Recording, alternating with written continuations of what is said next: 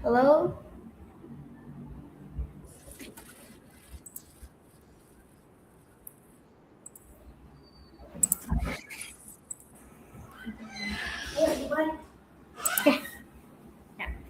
Yeah.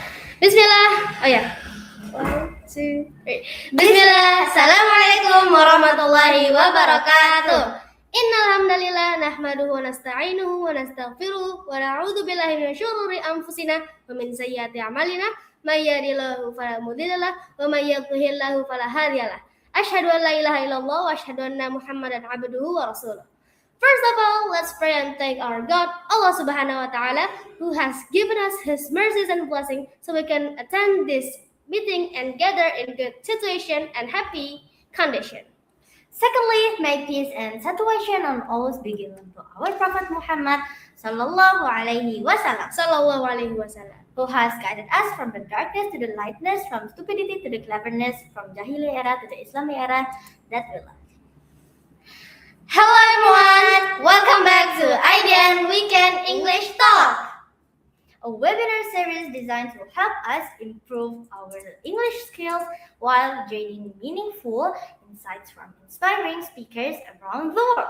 In every session, we learn not only about language, but also about personal growth, experiences, and valuable life lessons that can inspire us in our daily lives.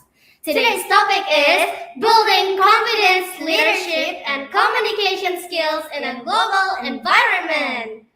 In this session, we will discover how confidence, leadership, and communication play an important role in facing global opportunities and connecting with people from different backgrounds and cultures. Our speaker today is someone truly inspiring, Miss Rina Agustina, a lecturer of DAF and DAS from Nordrhein-Westfalen, Germany. She will share her experience, insights, and lessons about developing self-confidence, leadership abilities, and effective communication skills in international environment. But before we begin, let us introduce ourselves first. Hi everyone! We are your hosts for today's session. My name is Raina Farisha Arya Kirana. And my name is Haura Faris Duins. We are very excited to accompany you in today's inspiring session. So, stay tuned and get ready to gain new knowledge and motivation from today's discussion.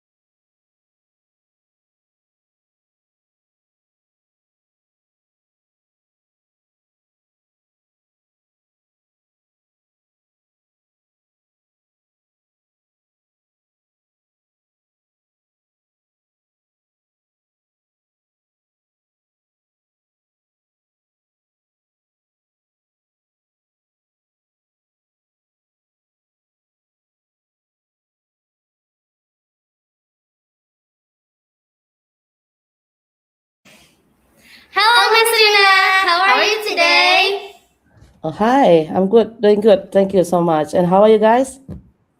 Good. Alhamdulillah. Alhamdulillah, nice to hear. Okay, I didn't hear anything actually for about 1 minute because of the technical problems, I think. So could you please repeat again what the last sentence that you say, both of you? We haven't What should I do started. now? Yeah. Before we start the session, maybe could you please introduce yourself to the audience okay. now? Okay, good. So thank you. And I wanted to say thank you so much for having me today, for inviting me to this nice program, of course. My name is Rina Agustina. I'm a teacher, lecturer for German as a foreign and also as a second language in Germany. So that's all actually. I live in Germany, by the way. Wow. All right. Thank you so much, Miss. Now, we would like to invite you to share your experience and insight with us. The stage is yours. Thank you so much, Rena and Haura, and you both of you are doing very well. Yeah. Okay. Now let's see some features in our presentations. We are talking actually today about communications because I involved with the language word, and then I gonna more talking about how language affecting the global environment, communication skill, and later on we are also going to discuss about leadership in relationship with communication and language skill. And next, of course, with the communication skill, we can make a better collaborations because nowadays everything is actually connected. So even though, for example, what we have done today, also what we are doing now, actually, yeah. I live in Germany and then you live in Indonesia, but we still can get connected to each other because of the technology. So it happens also in all areas of life. Yeah, it's not only because of we have technology, but nowadays we have also a digital technology, and then we have also connection that better than what we have uh, in the previous time. So globalization has transformed the world into an interconnected network, and communication is not longer limited by the geography. So we can communicate, we can get connected, and then we can share the information, we can exchange the information, and it means that we can also build the collaboration and cooperation globally. And what is actually we are doing right now, we are trying to find out, we are trying to analyze what is the importance of communication in the global environment, because I'm a language teacher, so that will be my perspective for today. Of course, if you have another person probably that expert in economic or in technology, they will share the opinion and perspective in their own perspective. But because I'm a language teacher, I'm gonna emphasize more from the language sides. Next. So what is actually communications? So, is it about transferring the information only, or is it about connecting two people in different places, or what is actually the deeper meaning of it? Next. So, I'm going to share some theories. Of course, it's very theoretical. Yeah, but I think it's nice to know about it, even though we don't have to get deep into it. Because if you want to later on, if you want to learn about more about language or linguistic, of course you can have this material in your university. But now I want to show you one or two models. I think the first one is from Shannon and Weaver. Yeah, Shannon and Weaver model explains about communication as a linear process. It's linear. So when we talk linear, it's like horizontal line. Yeah, and then the elements are sender, message, channel, receiver, feedback, and in between we have noise. This noise actually to be considered as something that disturb the communications process. For example, due to the technical problems we had earlier, 1 minute like leg off, yeah, because of the internet problem probably. So it's a noise because the communication between Raina and Haura got distracted due to of this technical problem. So Rina, I couldn't reach your message. So this model can explain about that actually. Okay, now you can go to the next slide again. And we can also have some practical example of Shannon Weaver model of communication. For example, Thompson made call to his assistant, "Come here, I want to see you." And during this call, noise appeared. For example, because of the transmission error. And his assistant received only the sentence "I want" without the rest words. And then as the feedback, Thompson asked again.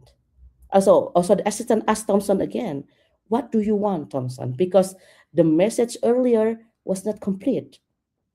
So if we try to break down this theory of Shannon and Weaver into the elements of the communication that we understood from Shannon and Weaver, so sender is the Thomson, the person named Thomson, and the encoder is telephone, or we can say nowadays is cell phone, and then the channel is cable because Thomson used the normal telephone.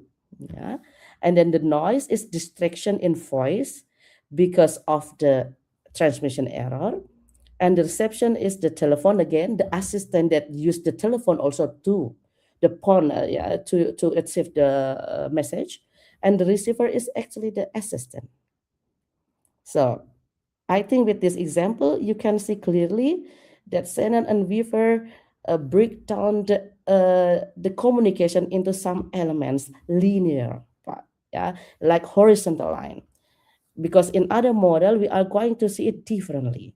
So please go to the next slide. This one is a quite complicated one actually, but I love this model better than others because what this theory will be said is actually what the language really supposed to be seen. Yeah, for example, here language will be seen in context, not isolation. So it is called Karl Bühler organon model. Yeah. So Buller developed his ideas during a period of intense philosophical and scientific exchange. So at the first, language was seen as a very formal element, linguistic elements only. But because of the Karl Buller's ideas, the language is seen as a human science because linguistic is human science based on their perspective. And what is really important from their model is that he, also Carol Buller, rejected the idea that language could be adequately analyzed in isolation from its social and psychological context. So it means if we uh, just say when we communicate, when we produce language expression, then it cannot be isolated from its social and psychological context. And it is proof like that. For example, when someone say to you, when someone say to you, oh, when one kid probably do a mistake at home, and then the parents say, oh, very nice. If we only analyze the sentence, oh, very nice, as a language elements only, then we can say that this sentence is very positive actually. But if we see the context, the gesture, or probably the facial expression of the mother who said that or the father who said that, and then we are going to understand that this sentence is absolutely not positive. Because when the parents say, oh, it's very nice, with a very high intonation, it means it's kind of anger. So it's not compliment, it's not positive, but it is indeed negative. So Buller tried to give us explanation that the language, what we express, what we delivered, can be different interpreted, can be different accepted, and can be actually different in meaning.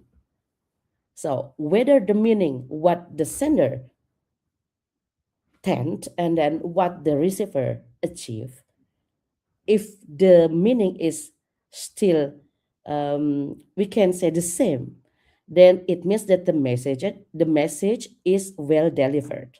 But if the message from the sender and then accepted differently from the perspective of the receiver, it means that the communication is not working. And why it's like that? Because we have to know the content of the real content of the message. What is the real not the interpretation, but what is the real meaning inside of it, and how we can have this one, how we can understand this one. We have to know the context.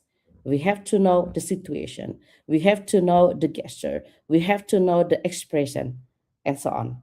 So, in my opinion, actually, the communication is just what the Buller said. So we still have, of course, we have a lot of other theories about communications, yeah, but we cannot mention it right now. It's a very, very long story about language. That's why. Okay, and then why is the approach from Buller is still matter right now? Because actually, the central inside of Buller's approach, which is that language is a tool used by people in social situations, remains vital. So, in today's climate, for example, where interest in AI and then computational linguistic and also formal semantics that is growing, there is a risk of returning of decontextualize. The word is very hard, right? Yeah, models of language. It means some. It's possible that the language will be seen not based on the context, and it will cause a lot of misunderstandings. For example, only one text on your social media without any context, then it will bring a lot of interpretations and it will harm people even. Yeah. So that's why it's very matter to understand how the message supposed to be correctly and wisely delivered and interpreted. Okay, next.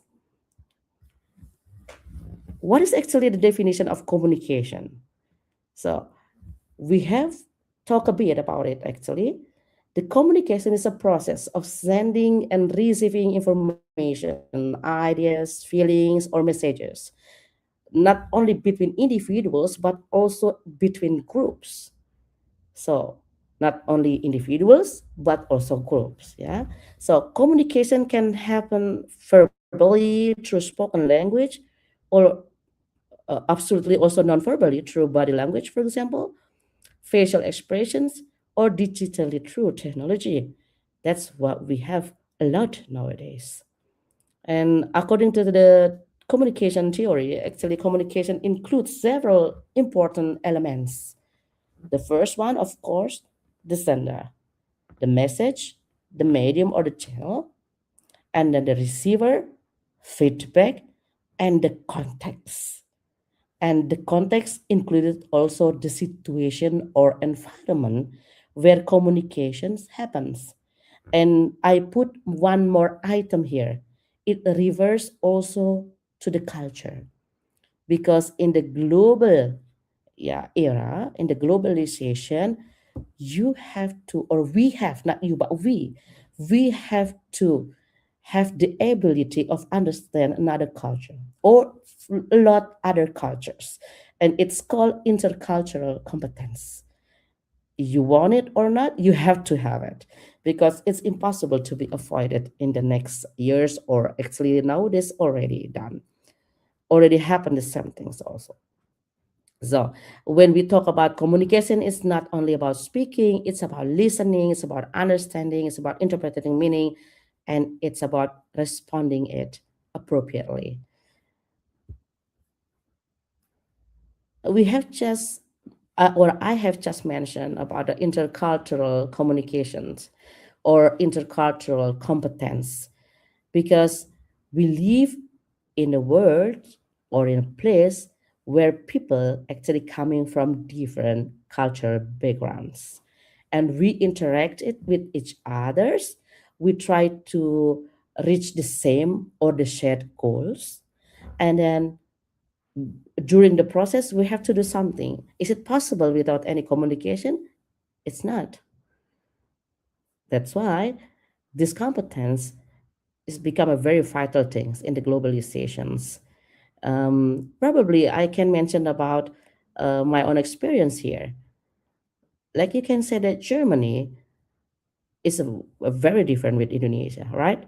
And then the cultures is different, the people different, their priority, their politeness, the way how they handle the matters, the way how they handle the problems, the way how they handle the bureaucracy, that will be very different with what we have done, or what I have done in Indonesia.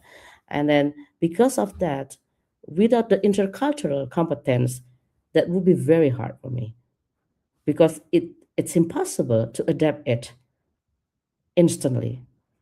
And the intercultural competence brought me a lot of advantages in this case. We have types of communication. I think we can skip this one because you already know, or you can ask me later on if you need it. Yeah. And then it's a very interesting part that I want to emphasize. It's about the relationship between language and culture. Because culture refers actually to the beliefs, to the values, tradition, and customs, and also behaviors and ways of thinking that's set by a group of people. So culture absolutely influence how people speak, how people behave, how people greet others, and how people express emotion and also interpret the meanings of or the messages. So you can imagine um, Indonesia, for example, tend to speak indirect, but German people talks very direct. So if you don't understand this relationship, also between language and culture, then you will misunderstand every day. Yeah, because we have different cultural background. Okay, so and we have also one other hypothesis from expert named Sapir-Whorf. Yeah, Edward Sapir and Benjamin Lee Whorf actually. They propose that language influences the way people think and understand the world. And this theory is known as linguistic relativity. Yeah, for example, some language may have words for specific cultural concepts. I'm gonna give you one example. So in Indonesia, when we talk about rice, it means that rice that it's not cooked, right? So, for example, and then if we talk about rice that already cooked, it's called nasi. And then the rice that cooked with using the banana leaves, it's called lontong, for example. But in Germany, you only have one concept: rice. Is it cooked or not cooked? It's rice. They only express it on with one word, rice. But if we talk about, for example, weathers in Germany, so they're gonna have a lot of more vocabularies about it because Germany has four weathers. Yeah, four weathers. Oh, sorry, four seasons. Sorry, yeah, four seasons. So because of that, so they have a lot of more vocabularies due to the weather, due to the seasons, and it's kind of interesting if you want to dig more about it. And different cultures also may express politeness differently, like I told you before. Indonesian people tend to speak indirectly to keep the politeness. But for German people, you have to say direct what you want to say because they tend or they value the honesty more. Yeah. So honesty is not a bad thing. So in Indonesian culture, probably it's very seldom that people say no to one request. For example, could you help me, please? And then somebody will say, yeah, okay. Even though actually not really okay. That's Indonesian perspective, right? But in Germany, if you cannot help him or her, then you have to say no. Could you help me? Oh, sorry, I cannot. Yeah, and it doesn't mean that they are impolite. That's just the way they value the honesty more. Okay, let me check. Okay, so certain languages emphasize community, while others emphasize individuality. So Indonesian, for example, emphasize more community, right? You love to hang out together, or probably after work and then hang out together, or probably doing something together and something like that. And then you greet your neighbors every day, and then talk with them, and then doing together interesting thing together with your neighbors, for example. But that's not the case in Germany. Not always like that, at least because in Germany they also value, there's a respect to others' privacy. I'm gonna give you example the weekend activities, for example.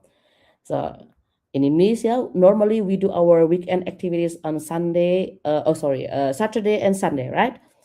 But in Germany, Sunday is like silent calming day.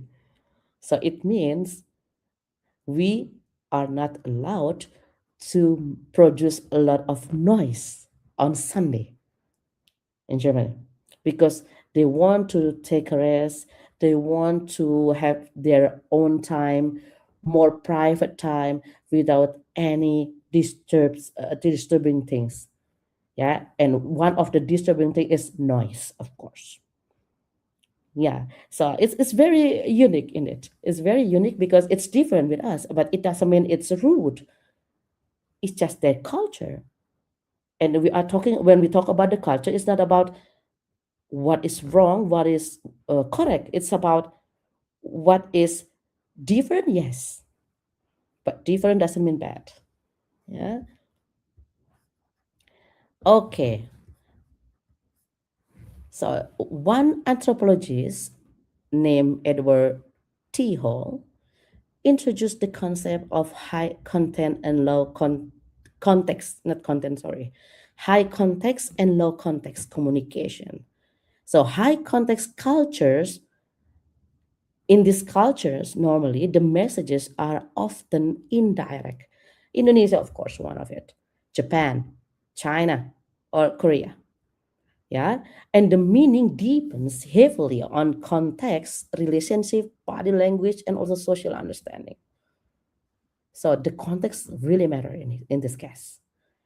And then what about the low context cultures? For example, Germany, United States, Canada, or many other countries actually.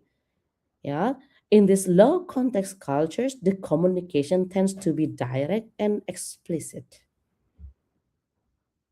Yeah. And then other expert develop a theory here, yeah, that explain how values differ across cultures. So how every culture or every country that has a different culture, of course, they have diverse values. For example, some dimensions that included in this theory actually are the first one about individualism versus collectivism. Um, in Indonesia, for example, or in Japan, or probably, I think I think in China and in Korea, yeah, when they have a lot of neighbors normally, and then they in Indonesia also, of course, we can play the guitar together with our neighbors, sing together, and then we eat something together, right? So in Indonesia, and then we don't only greet the neighbors, but we hang out with neighbors, and also we do a lot of things with the neighbors in Indonesia. But in Germany, we respect the privacy of our neighbor, so we greet it, yes, but it doesn't mean that we do something together. Sometimes we do something together, but it doesn't have to be very frequent or very often. Yeah, and after we greet our neighbor here in Germany, then we go to our separate apartments, and then we don't disturb each other's life, and we don't visit each other without any consent or without any appointment. You can say like that. Yeah, because in Germany we have to respect the privacy of our neighbors and also for our friend. That's why in Germany they have a very strong privacy rules because it's very respected. And then about the power distance, about uncertainty avoidance, masculinity or femininity. For example, in some countries, um, girls can only meet with the girls, for example, can only hang out with the girls. And some other countries are very different style. And then also about the long-term orientations. we don't have to dig deep into these topics because actually we already understand it when we talk about Indonesian and then we talk about Germany. Then you can see how different we are and how different both of the countries. So I think you can really imagine it very well. What I'm going to say is actually about this one. What is actually this one? Is this politeness theory? I think so. Yeah. Um, what we have to. Why is politeness something that I put on my presentation today? Because I want to show you how different the politeness in a lot of countries are. For example, in Indonesia, it's very polite. For example, I don't know. Probably we can share our ideas later on in Q&A. That will be interesting. Yeah. For example, in Indonesia, if some older people offers you some food, please eat this food, and it will be very impolite if we reject it, right? But in other countries, in with the different cultural backgrounds, it will be fine. In Japan, for example, that will be rude if the older people give the younger one, for example, candy, and then the younger one say, "No, thank you, I don't want the candy." It's kind of impolite. But if you do it, for example, in Europe, you can say, "Oh, I'm so sorry, I cannot eat candy." That will be fine. It doesn't mean that you are rude. And then others value honesty and directness. Some cultures consider eye contact respectful, while others may see it as rude. In German, for example, if you talk with your friends, with your working partner, with your colleague, and so on, and many other situations, if you don't see their eyes, it's kind not respectful. So if you want to show your respect, then you have to see their eye, and then you have to have eye contact with them. But in other cultures, it's contrary. If you see the eyes, and then it's gonna be rude. So it's or probably I can give also one example with the Indonesian as a background. For example, people that coming from Java Island, yeah, and then uh, and then our friends that coming from Sumatra or Kalimantan, they have also different styles, and they have um, different expression of politeness, yeah, because they are from different cultures. Their geography is also different, their demography different, their traditions also different. So it's really normal if they have different politeness.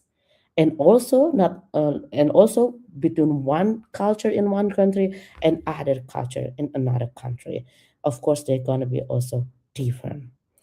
Yeah, and then and we if we understand the social aspects of language, it can help us and you as students become more adaptable.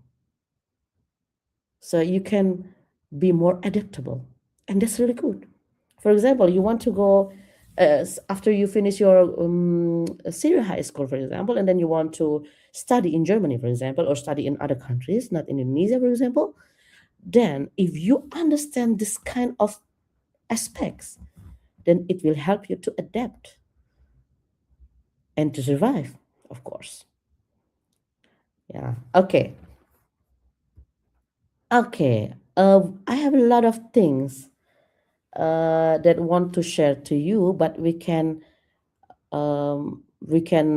yeah we can deep into the next session. Yeah. For example, about build confidence through language, through communications. Yeah. We are going to discuss about it, I think, but not in this session. Yeah. And let me check. Let's try to and okay. Yeah. So how actually communication builds leadership skill? Is communication very important? for growing up the leadership skill and leadership instinct? And the answer is yes.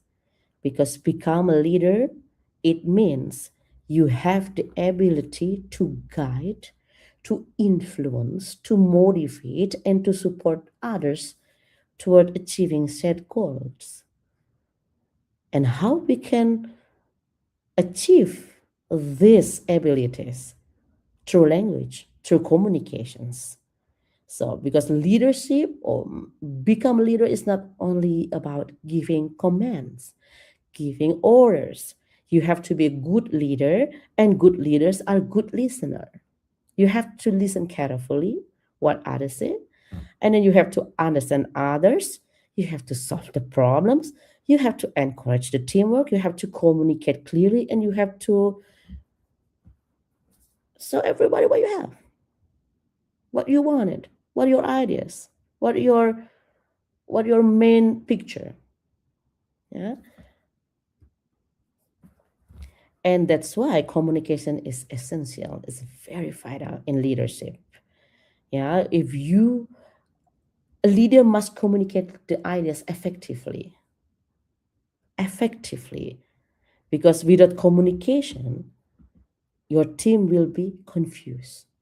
If you don't communicate effectively, if you don't share the ideas effectively, if you don't express the ideas effectively, your team will be confused and the conflict will be increased. The motivations will be decreased and the cooperation must be very difficult to be built. And when we talk about strong communication will allow the leaders to share the goals clearly, inspires others, build the trust, resolve misunderstanding, and create positive relationship. It's very important. If you work in a team, positive relationship between or among the team's member, it's very important. So, leadership skills that develop through communication, for example, public speaking, active listening, conflict resolutions, emotional intelligence, and decision making. Actually, uh, if you have probably you have ever experienced like leadership training, you will also learn about it, I think. Yeah. Okay. The global environment and the communication skill. Um, we have a lot of international schools. For example, what your school today already program Indonesian school, but you make a program in English. That's really cool, and that's already suitable with the situations that we have to prepare for the next days. And then about online communities, social media, international business, or student exchange, multicultural workplaces like my workplace. So my colleagues, my working partners are not even Indonesian. They are mostly German people, yeah, or from other countries also. But and my students also not Indonesian. They are also very different. So I mean, coming from different countries. Yeah, some of them coming from China, some of them coming from Vietnam, from Thailand, from Brazilian, from Portugal, or from Spain, from Italy, and so on. So that's that's the reality that we have nowadays, and you will face that one also. And communication skills matter globally. Of course, we want to build international friendship. We want to collaborate with a lot of people on the world effectively, and we want to avoid the cultural misunderstanding, and we want to respect the diversity. We want to work successfully in multicultural terms. One of them, of course, you have to conquer English. You have to be proficient in English. But if, but in Germany, for example, English is not the main language. The main language is German language. So if you go to Germany or you want to study in Germany, one of the requirement is that you have to prove your German language proficiency. Yeah, because German language is the main language in Germany, even though we have a lot of international companies here, but still German language must be proven with the German language proficiency certificate, for example. Yeah, and if you want to study in Germany in German program or a German learning program, for example, that the study will be delivered in German, then you have to of it's a must that you have to conquer. You have to have the good German speaking, German writing, German listening uh, ability. That's a must. Okay, you can ask me later on if you need more information about that. Okay, with the intercultural competences, we will have some of advantages. One and disadvantages actually coming from open-minded skill, empathy, adaptability, and respect for differences and curiosity about other cultures. So if we can reach these topics very well and then we understand it very well, of course our competence, especially intercultural competence, must be very high. Yeah, and it's a good one. It's a very advantage. It gonna give you advantages, of course. You don't have to worry about it. It doesn't mean that you have to be other person. You can be yourself. Actually, what I really like in Germany is like that. Actually, you can be yourself. Of course, not ideal, but at least you don't have to worry about people's judging you, A, B, or C. But of course, it's not ideal. Some barriers exists, and I don't want to say it's not hard. Some of it are very hard also, because like I told you before, we need to learn about someone's culture. We need to learn how to adapt in one country. Okay, so I don't want to go further with my slides, with my presentations, because I hope that someone or many people will send me the questions or probably already provided with some questions or already prepared the questions. Okay, I'm gonna give the slot, or how to say it, our host, our nice host, Raina and Haura. Where are you guys? Oh, good. So I'm gonna give this chance to you back because you can lead the Q&A session. Yeah. So then our discussion not very boring. Okay. Won't Yeah. Okay. won't be boring. Just looking to the slides and presentation will be very boring to me. Okay. Yeah. Oh, all right. All right. So yeah, mashallah. So yeah, Miss Rina, that was truly inspiring and meaningful for all of us. your explanation about building confidence, leadership, and communication skills in a global environment that given us many valuable insights. We learned that confidence is not something we are born with, but something we can build through courage, practice, and experience. Now let's continue to the Q&A session, maybe, Miss Rina. Yeah. So Yes. we have one question here. Hmm. How can? Oh wait, no. How do leadership skills help in academic and professional life? Yes. I'm gonna answer this question based on my experience that leadership bring discipline, because Hmm. if we really dig or indulge in leadership's matter or in this leadership materials, then one of it is actually how to be disciplined to ourselves. So it means how to be disciplined also in academic field, how we manage our time, so time management, disciplined, focus, and then how to be brave to start something new or to try something new.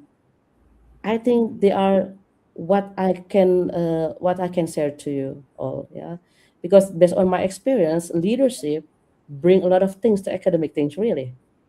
Because Oh, leadership means you learn how to manage your time, you learn how to discipline yourself, and how you focus on a lot of things in the same time.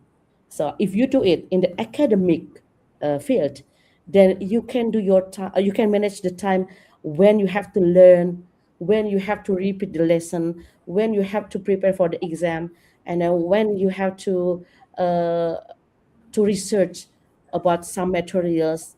So, and how you spare your time for playing with your friends, hang out with your friends, and so on. So time management, discipline, and also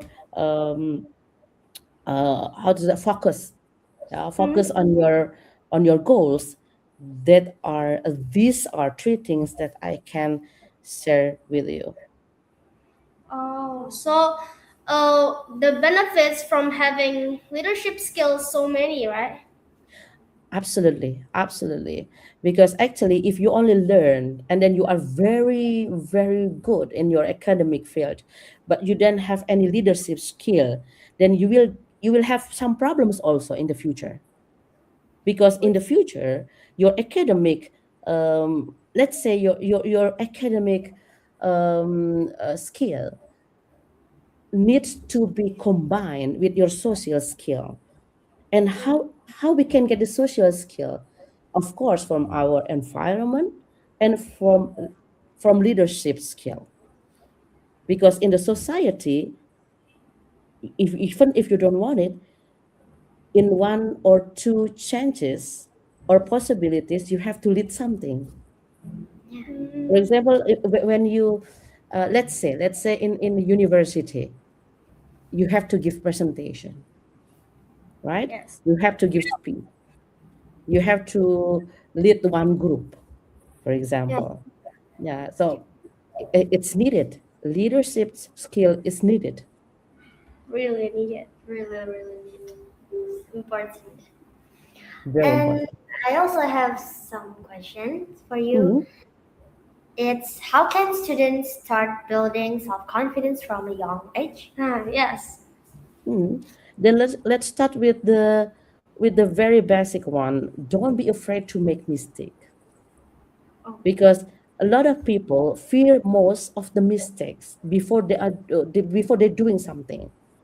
So actually, if you want to practice something, try to practice it. Don't be afraid of it. So if you say, but I'm afraid of mistake, everyone make mistake. Yes. Yeah, everyone, it cannot be 100% perfect in one try. There is a called trial and error. Everybody like that. So it's okay. And that can also happen in language, for example. Actually, I want to say, I'm gonna say to you honestly, in my perspective, German language is very hard. Really. I have learned it many years. I give the lecture about it many years, but I still think that German language is very hard. And all my working partners, they are German people. My neighbors are German people, and they are speaking German very, very well, of course. Yeah, because that's their mother tongue. Yes. But when I think that every time that I feared myself of doing the mistake, and then I didn't speak anything, and that's a problem, because actually we have to be brave to make mistake, so we can communicate with people, and we can share our idea, we can share our perspective, so people gonna know what is our perspective. So without Mm, that, then everybody will not know, and that's gonna be a problem. So don't be afraid to make mistake is the first step. And the second one is of course learning. And how we can do this learning? Make a good preparations. If today, Raina and Haura, you want to host for today's event, then Yeah. I believe that both of you already practice it, right? Yes. You already prepare everything, right? You write down what you need to say, what you want to ask, or something like that. That's a really a good step. You know what? Because that's what we have to do. We have to do today. I want to also I present something. Yeah, I prepare my slide last night, and then I tried to find the materials for about 2 days ago or 3 days ago. So because Oh, that's also preparations for me. So I need also preparations. So good preparations. Don't be afraid of making mistake. It's a very normal thing. And then try to challenge yourself. Today, Reina and Haura already very well done. Yeah, lead the program, the event today. Then next time you can say, oh, next time I'm gonna have another program also. I want to lead another program also. Challenge yourself. Yeah, and then when people say, no, you cannot do it. It's not your part. It's not your capability. It's okay. If I'm trying that one and then I got failed and then I'm failing it, it's okay. That's part of learning. It's a very normal thing. Yeah. So, and of course, the intercultural competence is for me absolutely very, very important. So if Reina and Hora next time want to study in Germany, then you have to learn how is the culture in Germany, right? Yes. Hmm. Yeah. right. What you have, what you can do, what you cannot do, what you can do, what you are not allowed to do, for example. Yeah. Then I think people can survive with that one. Yeah. So that's all from me. If you have any question, you can we can still discuss about it. Oh, that's really important to learn early on. Oh yeah. Another question here. What cultural differences between Indonesia and Germany surprise you the most? Maybe there's some culture shock. Yes. Mhm. Interesting, interesting, interesting. So, Indonesian people are very friendly, right? Yeah. Yes. Yes. Really, really, Yeah, really. very friendly, very, I can say it's very warm. We talk a lot, we smile a lot, we laugh a lot. So we are laughing a lot, right? So we Right. are very friendly. Yeah, and that's our DNA. That's our Oh, DNA. So Indonesian peoples are very friendly. They are, and this trait or this, you can say this trait, yeah, is or this feature is very. I can say it's our DNA, but you know that sometimes this DNA we have Mhm. to manage. We have to manage because in Hmm. other countries it can be differently interpreted. So the interpretation will be different. So, and our mindset also will be different because we are very friendly. For example, um, normally we catch up with our neighbors every day.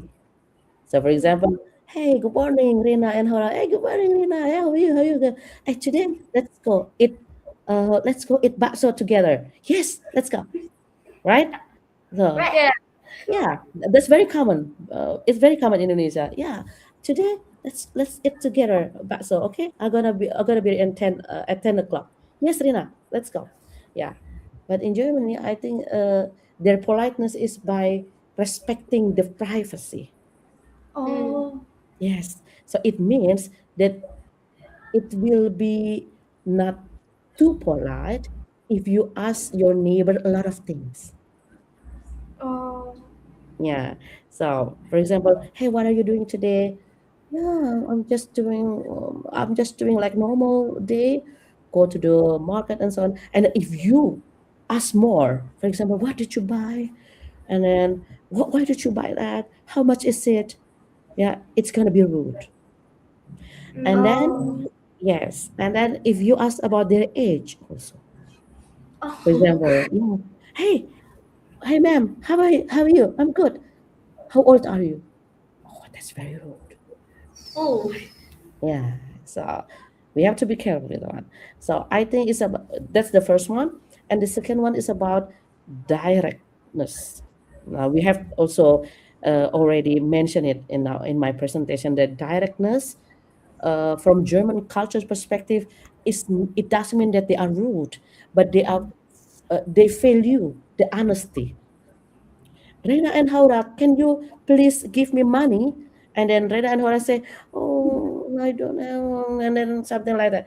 But in Indonesian perspective, you have to say, oh, I don't know. Okay, I'm gonna give you something like that. It's very hard to say no, right? It's Yes. very hard to say no in Indonesian perspective, but in German perspective, it's contrary.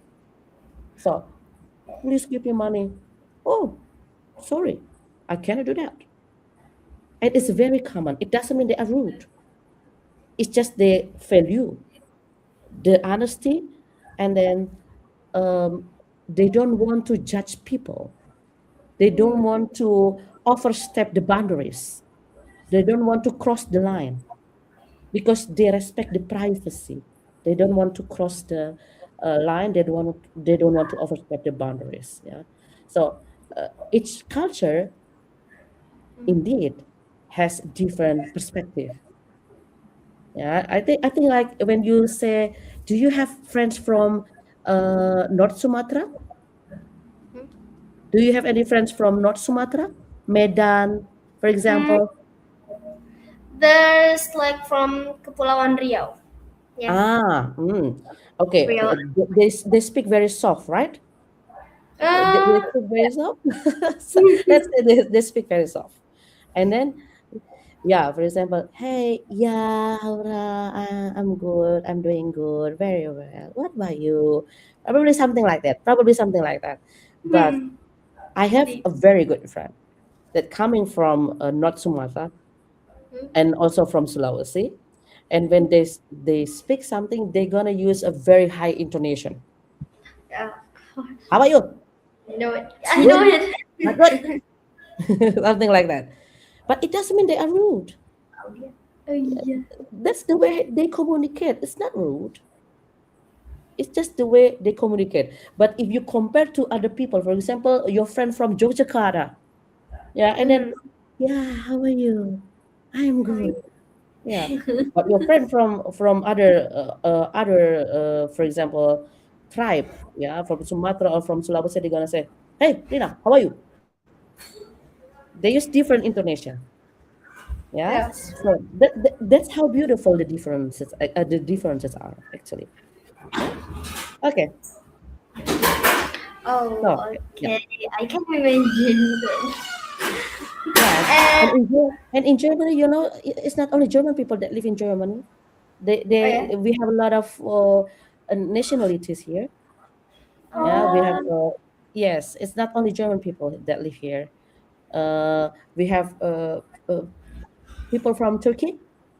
Oh, oh, Turkey. Turkey. Yes, a lot of people from Turkey live here in Germany, and And then then we have also from, of course, Netherlands because we are neighbors, also Germany and Yeah. Netherlands, they are neighbors. Belgium, and then we have also people from Austria, and then United States, for example. So people that coming from African countries, from India also, from China, and of course also people that from Syrian, yeah, something like that. So in Germany, not only German people that live here, so we have a lot of nationalities here. Is there Indonesian people there?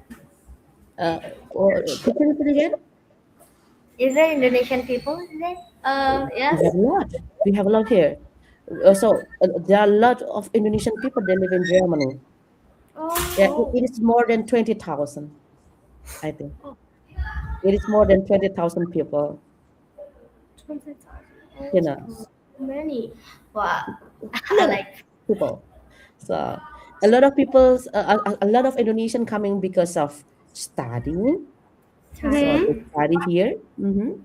And some of them also have vocational training programs here, and some Oh, of them working here.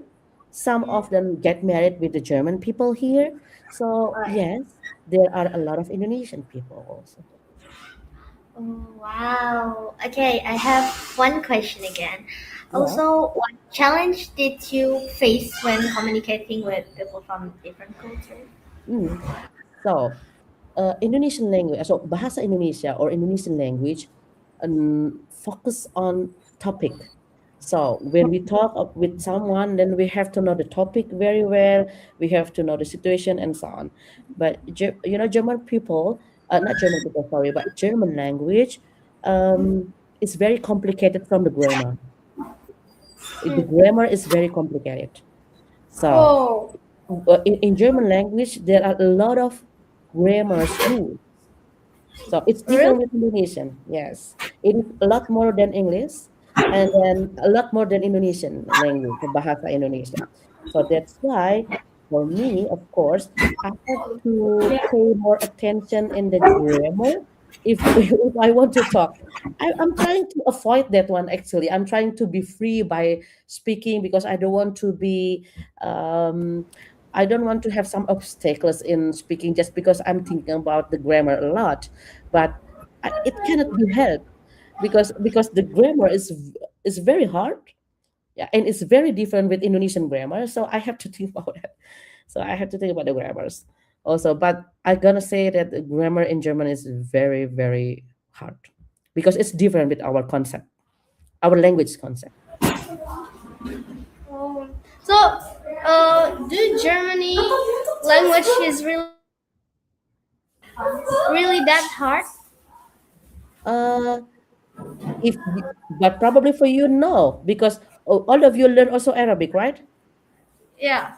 No, not really. In here, Oh, no. so yeah, but let's say you learn Arabic. Let's say you learn Arabic, yeah, and then I gotta say that Arabic is gonna be one of the hardest language, and German is also belong to the one of the hardest. But if you say which one is hardest, for me, Arabic is the first one. The second one is German language. Sorry. So Arabic is still the hardest one, and the second hardest is German language. In my opinion, probably some other people will have another opinion, but in my case, already like that. Okay, that's so nice. Okay, maybe it's the last question from us. Okay. Mhm. What challenge did you experience while living or working in Germany? Mm. Um, Germany and Indonesia, they are two different countries with two huge difference aspects. Yeah, I mean that German, as when we talk about Indonesian culture and Malaysian or Singapore culture, they are not really different. But when we talk about Indonesia and also Germany, it's very different. So I have to learn what I have to do and what couldn't do. For example, um, for example, in Indonesia, probably some of if we work in one company in Indonesia, so our greeting to our colleagues, to our working partner, normally just hey, assalamualaikum, waalaikumsalam, yeah, bye bye, something like that. Yeah, it's only with the hand gesture, right? But in Germany, your working partners or your colleague, for example, they're gonna hug you. Yeah, they're gonna hug you, and this hugging, for example, for a lot of Indonesian people, still a bit awkward. Yeah, Yeah. but that's the culture. So when they do it, then we have to respect that one. And second, talking, and then we have to have eyes contact. So eye contact. It's very very deep, very very important. So when people talk to us, then we have to see the eyes. Yeah. Yeah, and I think it's really good for us to learn actually. And also about the food, you have to read the ingredients. As a Muslim, for example, you have to read the ingredients from the food package. You know why? Because some of the foods are not allowed to be eaten by us. So we have to be careful with that one. Yeah. So and then about politeness, of course. So the food, but no worries. In Germany, we have also a lot of halal stores. Yeah, and then you can buy your meat in this halal store. So nowadays we have halal restaurant a lot. So you don't have to worry if you go to Germany, you still can find a lot of halal food here. But if Oh, you, yeah, yes, but if you want to eat something new, for example, that you have never eaten that one, then you have to read the ingredient. You have to read the ingredients. Yeah, because some of it, yes, I have. For example, I want to eat the chips, and then I don't know what kind of chip it is. Or probably I'm gonna give example this one. Let's cookies, for example. Yeah, and then cookies like this, and then I have to read the ingredients here. What is that? You have to read, cookies like oh, butter cakes. Yeah. Then I have to read the ingredients. Is it safe for us or not? mm, Something like that. And then, well, actually, if you live in Germany, you will get used to it. You will get used to it. But no worry, um, we have a lot of alternatives here. So oh, so for the Muslim, it's not a big problem actually. Yes, I think It's that's al- all right. yeah, yeah, that's all. yeah. So there, it's already a bit Muslim friendly there. I could say like that because actually, of course, I don't know in other in other province in Germany, but in my province, it's very friendly. I will not say it's 100% ideal. For example, teachers in the formal schools are not allowed to wearing the Oh, veil. mm-mm. Oh, Yeah, but because I'm teaching in the non-formal school, I am allowed. It's okay. But if I want to teach in, for example, in the junior high school or senior high school, yeah, the former one, then it's not allowed. It doesn't really state it that it's not allowed. Just they think formal schools must be very neutral. Oh, And if I wear this kind of veil, it's not neutral anymore. yeah. You know what I mean, right? It's so the Mm. identity of one kind or one religion. So for them, it's still too risky to allow that one. Yeah, they want to make the school's environment a very neutral environment. So that's why it's still very hard to be a teacher in the formal school for me, especially. But for the non-formal, I have a lot of friends that also wearing veil, but they teach also German language in non-formal school. It's okay. it's okay. Okay. So cool. Alhamdulillah. Okay. One, two, three. Alhamdulillah. Alhamdulillah, what an amazing and insightful session. And huge thank you to Miss Rina for sharing such valuable experience, knowledge, and motivation with us today. Your explanation about confidence, leadership, and communication skills has truly inspired us to keep growing, learning, and preparing ourselves to face the global world with courage and positivity. We truly appreciate your time and all the meaningful lessons you share in this session. And of course, thank you to all participants for joining this week's IDN Weekend English Talk. We hope today's session was inspiring, beneficial, and meaningful for everyone. We also apologize if there were any mistakes in our words during the session. Lastly, don't forget to join our next weekend English Talk session for another exciting and inspiring topic. Once again, thank you so much, Miss Rina. See you all the next time. Wassalamualaikum warahmatullahi wabarakatuh. Bye, Thank you, Waalaikumsalam Miss. warahmatullahi wabarakatuh. Thank you so much, girls. Reina and Haura, you are both doing very well today. Thank you so much for Thank you. conducting the program. Okay? Yeah. Okay. Miss, what time is it right now in there? Now it's 12 o'clock, 12:16, 12:16. AM or PM? Uh, oh, okay. We are 5 hours different, ladies. Oh, So it's still like Mm, so it's my lunchtime now. I saw 12:17, but in your place, I think it's already dinner. Yes. One maghrib, yeah. Yeah, exactly. Already So it's our lunch time to now, but in yours, yeah, in your in place now dinner. it's already dinner, right? So we are Yeah. 5 hours different in summer. In summer is German language. In summer, and 6 hours different in winter. So that's all. So Mhm. maybe that's all from us. And Yeah. thank you very much, Miss, again. My pleasure, my pleasure. Thank you so much. So I can leave the streamline, right? Okay, I'm gonna leave this platform. Thank you so much, and Thank you, good luck for Thank you Miss. you, guys. Bye. Miss. Assalamualaikum. Waalaikumsalam. Bye.